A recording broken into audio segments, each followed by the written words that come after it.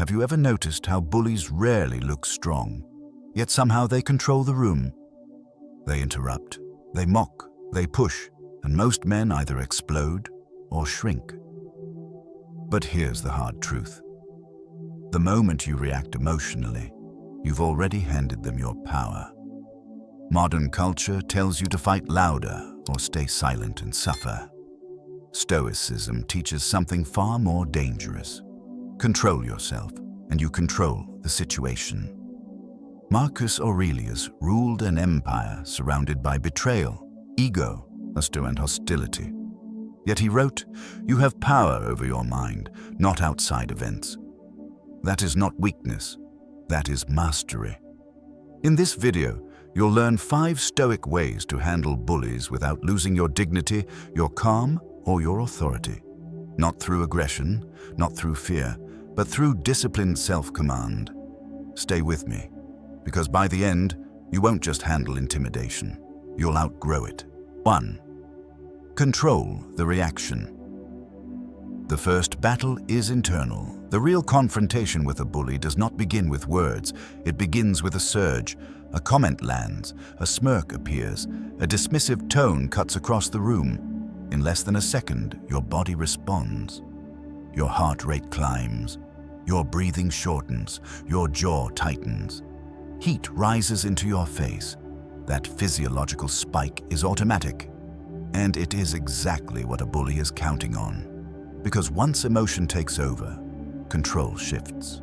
And bullies do not thrive on strength. They thrive on reaction. They test, they provoke, they poke at ego, pride, insecurity, waiting to see how quickly they can move you.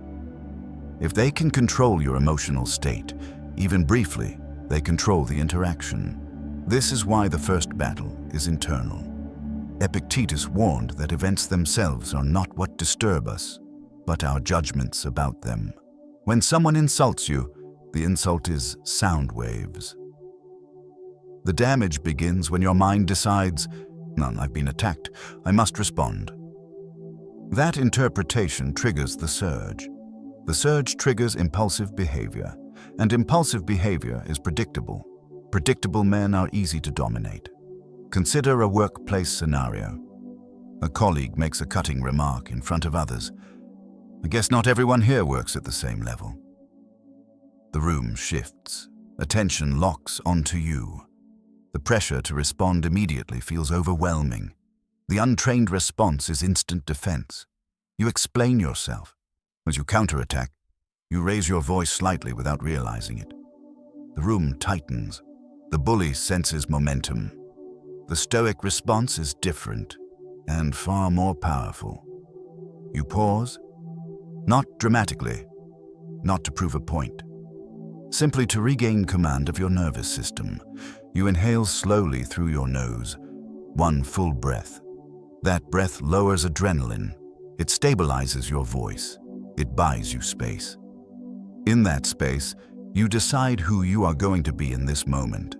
Then you respond, if a response is even necessary.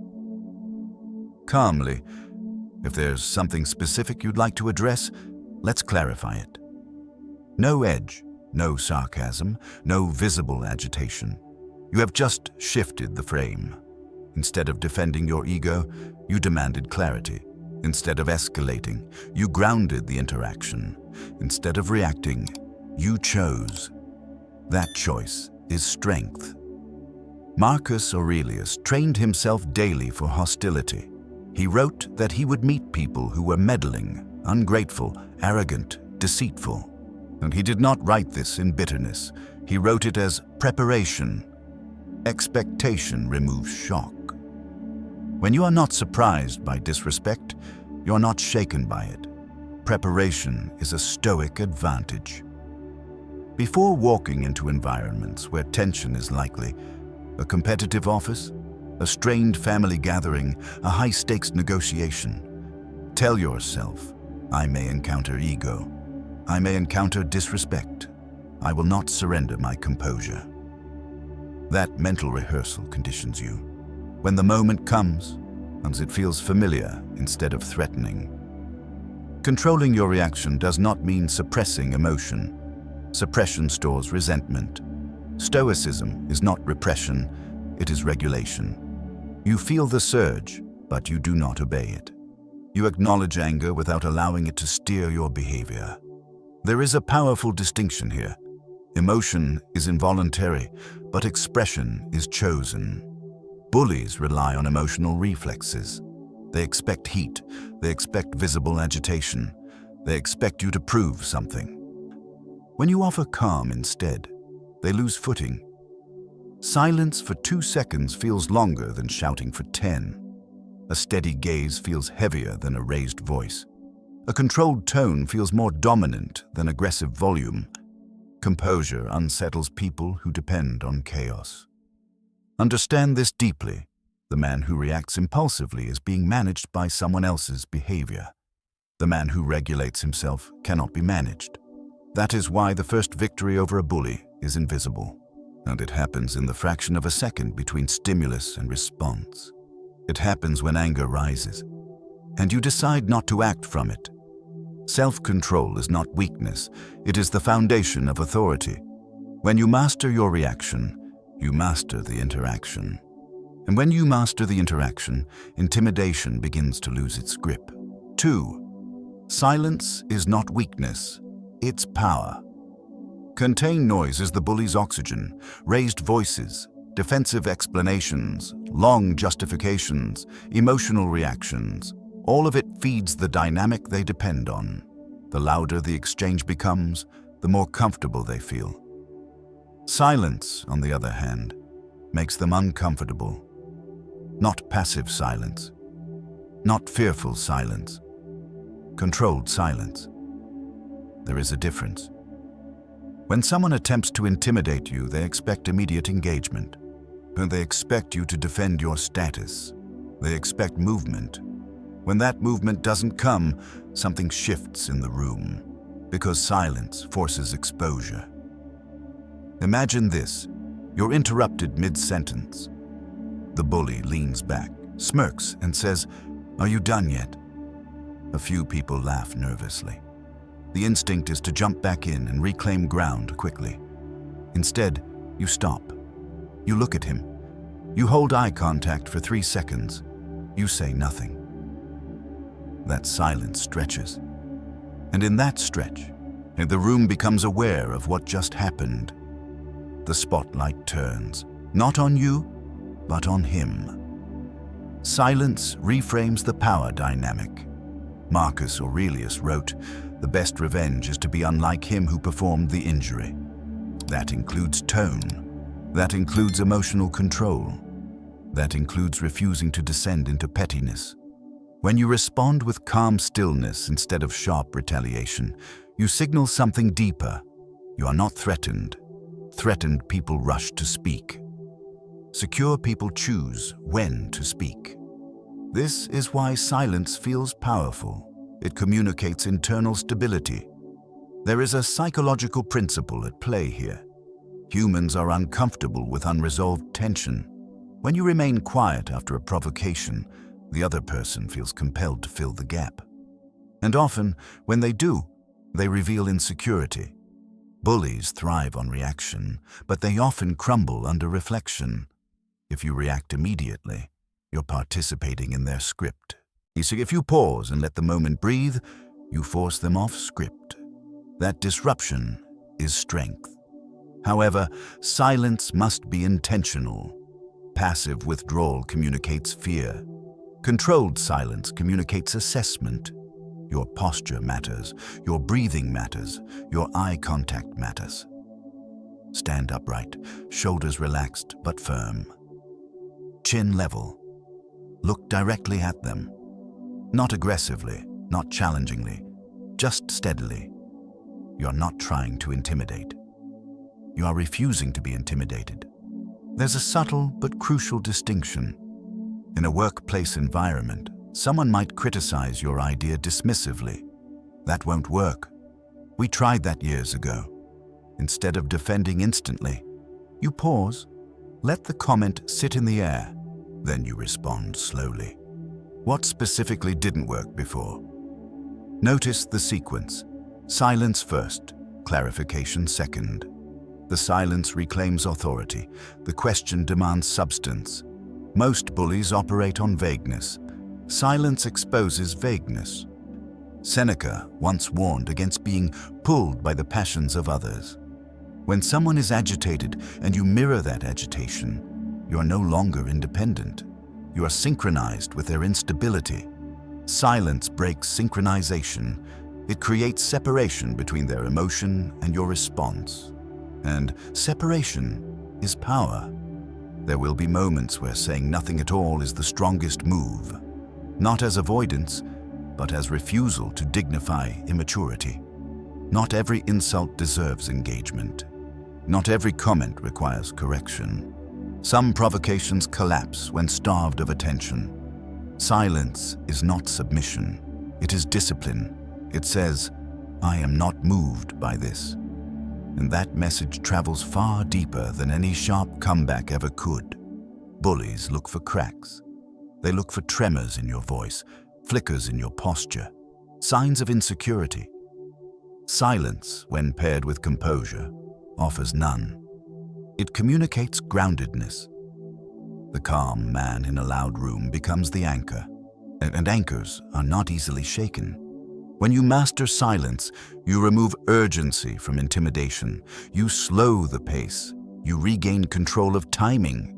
You choose when the conversation continues and how. Remember this: weakness reacts quickly. Power waits, and when it finally speaks, it does so without force, because it no longer needs it. 3. Set boundaries without emotion. Calm authority is unsettling. There is a moment when silence is no longer enough. A line has been crossed. A tone has been repeated. A pattern has formed. This is where many men make a critical mistake. They believe the only way to establish a boundary is through force. Louder voice, sharper words, visible anger. But anger does not create authority. It creates volatility. Volatility can be challenged. Calm authority cannot. Setting a boundary. The Stoic way means removing emotion from the message while keeping firmness in the delivery. You're not trying to dominate the other person. You are defining what you will and will not tolerate. That distinction changes everything. A bully expects two types of reactions: submission or aggression. When you offer neither, you disrupt the dynamic. Imagine someone repeatedly interrupting you in meetings. At first, you stay silent. Then it happens again and again. Name instead of snapping. You wait for the interruption to finish. You turn toward them. You say evenly, "I'm going to finish my point." No anger, no sarcasm, no visible irritation. Just clarity. Then you continue speaking. You didn't attack. You didn't plead. You didn't explain yourself excessively. You asserted presence. Most people underestimate how powerful simple, more calm statements can be. "I don't accept being spoken to that way. Let's keep this respectful. That comment isn't necessary. We can disagree without disrespect." Delivered slowly, delivered clearly, delivered without raised emotion. Notice something important. None of these sentences require justification. The moment you over-explain, you weaken the boundary. The moment you debate your right to respect, you invite negotiation. A boundary is not a discussion, it is information.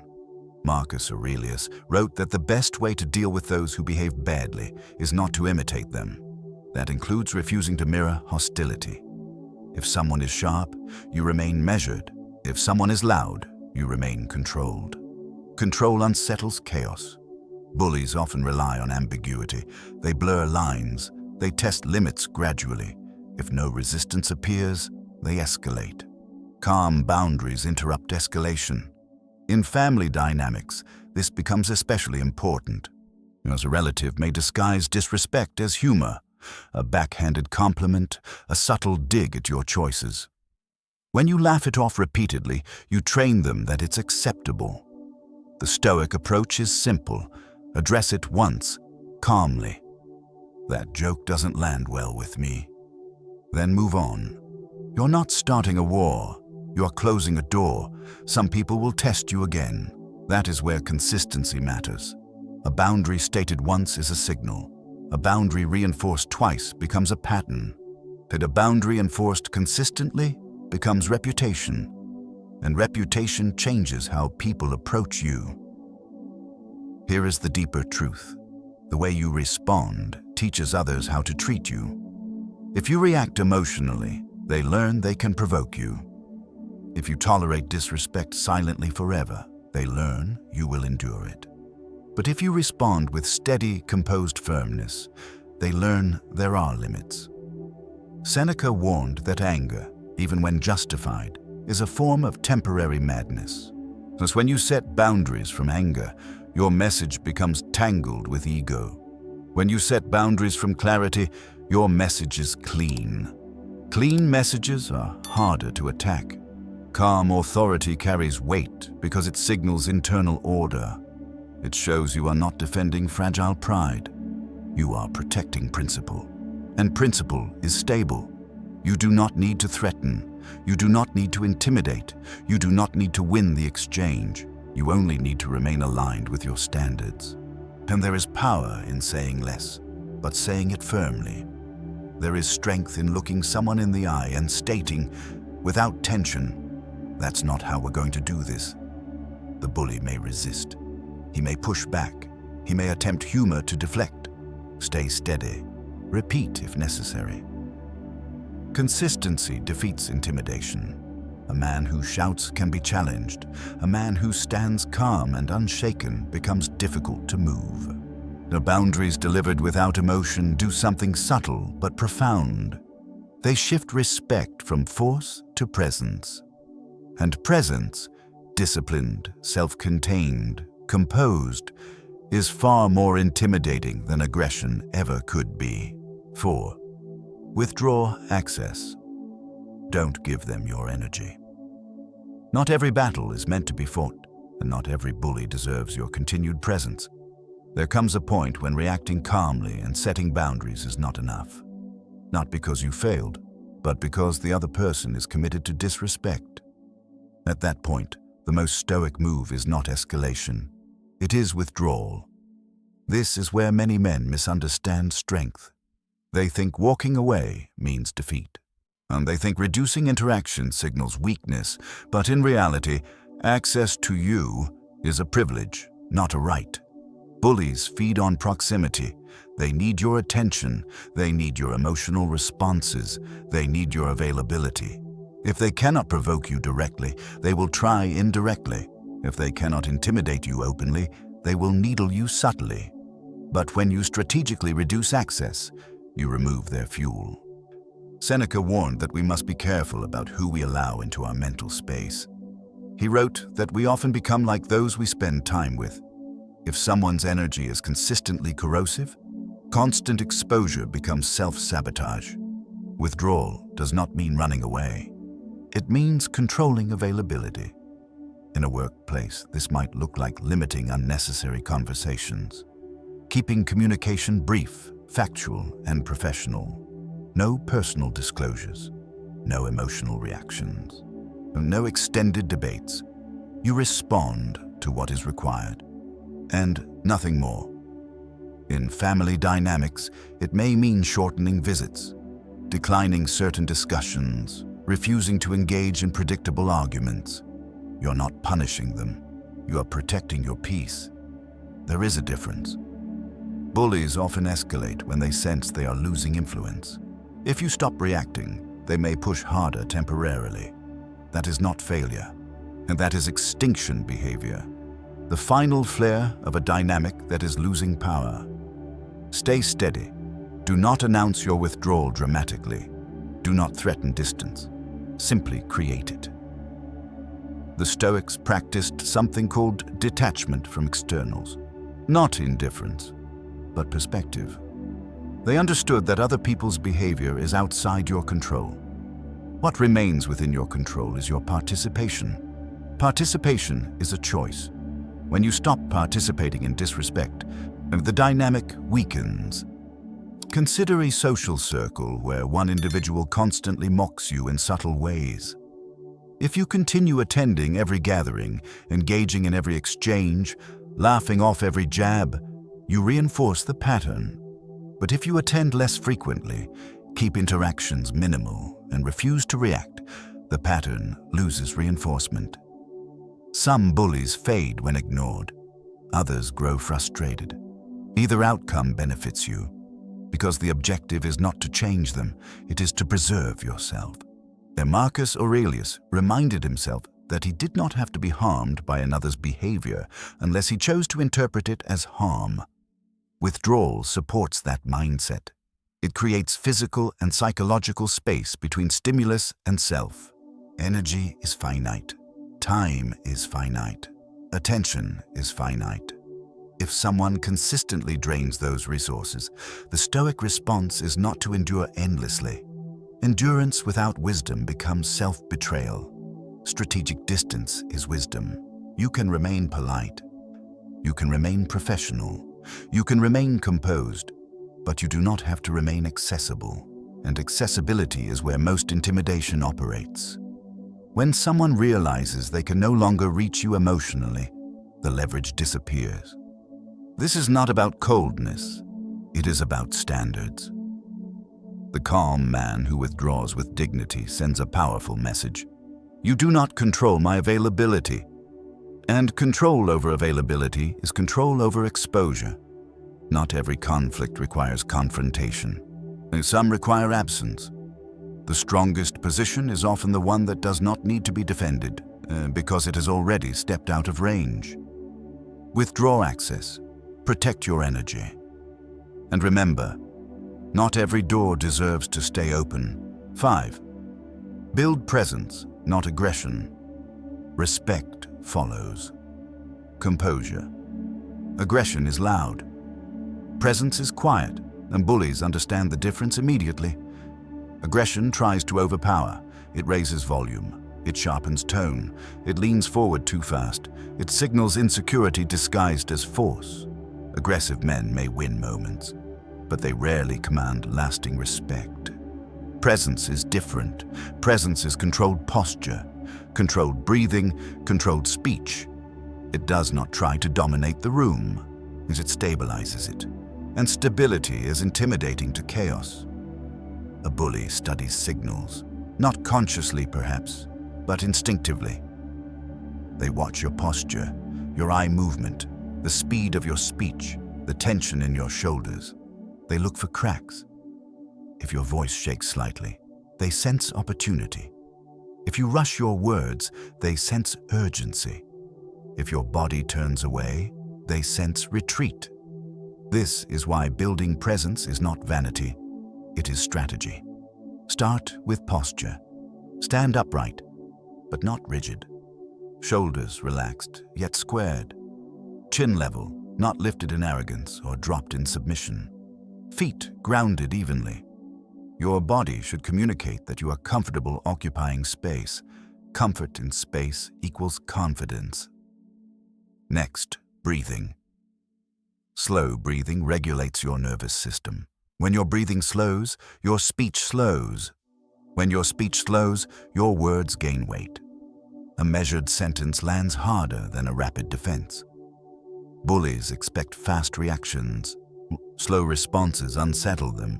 Then, eye contact, not staring aggressively, not looking down. Simply steady eye contact when speaking and listening. Hold it long enough to communicate engagement. Break it naturally, not nervously. Eye contact says, I am not intimidated. Finally, speech rhythm. Lower your tone slightly. Slow your pace by 10%. Remove filler words. Shorten your sentences. Clarity projects authority. Compare these two responses. You're wrong, that's not what I meant. You misunderstood me. Versus, that's not accurate. One sounds defensive, the other sounds grounded. Marcus Aurelius never advocated dominance. He advocated self-command. The man who commands himself does not need to overpower others. His steadiness becomes influence. In practical terms, imagine someone attempts to publicly belittle you. They say, "You don't seem very confident about this." The aggressive response is immediate pushback. "Of course I'm confident." "What are you talking about?" The presence response is slower. You pause, you breathe. You say calmly, "Confidence doesn't require volume." Then you continue with your point. No escalation, no emotional spike, no visible irritation. That calm continuation communicates something powerful. You're not seeking approval, and men who do not seek approval are difficult to intimidate. Presence also comes from internal alignment. If you are unsure of your values, your standards, your principles, and you will wobble under pressure. Bullies sense internal conflict. Clarity eliminates wobble. Know what you stand for. Know what you will not tolerate. Know your competence. Know your limits. When you are internally clear, your external demeanor stabilizes. Seneca wrote that we suffer more in imagination than in reality. Many men fear confrontation long before it happens. They rehearse humiliation in their minds. That rehearsal weakens posture before the interaction even begins. Replace that rehearsal. Before entering challenging environments, visualize yourself composed. Visualize slow breathing. Visualize speaking clearly. This mental conditioning reduces anxiety and strengthens presence. Presence is not built in the moment of conflict. It is trained daily. Train it in small ways. Speak slightly slower in ordinary conversations. Maintain posture when walking into rooms. Reduce unnecessary apologies. Finish sentences without trailing off. These habits compound. Over time, your baseline demeanor shifts, and when confrontation arises, you no longer scramble to appear confident. You simply are. Here is the deeper Stoic insight. Respect is not demanded, it is elicited. Aggression tries to force respect. Presence invites it. A bully looking for easy dominance will scan the room for instability. When they encounter composure instead, they recalibrate. Some will test once more, many will move on. Because intimidation requires movement, and a man who does not move emotionally cannot be easily controlled. Remember this clearly. You do not defeat a bully by overpowering him. You defeat intimidation by becoming internally unshakable. Posture steady. Breathing slow. Voice measured. Eyes calm. Stand firm without force. Speak without tension. Continue without apology. Respect follows composure, and composure is earned through discipline. Build presence, not aggression. Because the quietest strength in the room often holds the most authority, and there is something even deeper happening beneath the surface. Presence is not just physical, it is psychological gravity. When you enter a room with calm, grounded energy, people adjust around you. Conversations slow slightly. Interruptions decrease. Even those who tend to dominate instinctively measure themselves differently. Not because you threaten them, but because you are not easily moved. Bullies test for instability. They push to see where you bend. When you don't bend emotionally, they lose their leverage. But this kind of presence requires internal work. You must detach your identity from external approval. If your sense of worth depends on being liked, you will over-explain. If it depends on being seen as strong, you will overreact. If it depends on winning every exchange, you will escalate unnecessarily. True Stoic presence comes from self-sufficiency. You know your value, you know your competence, you know your intentions, therefore you don't scramble to prove them. This is why composure feels intimidating.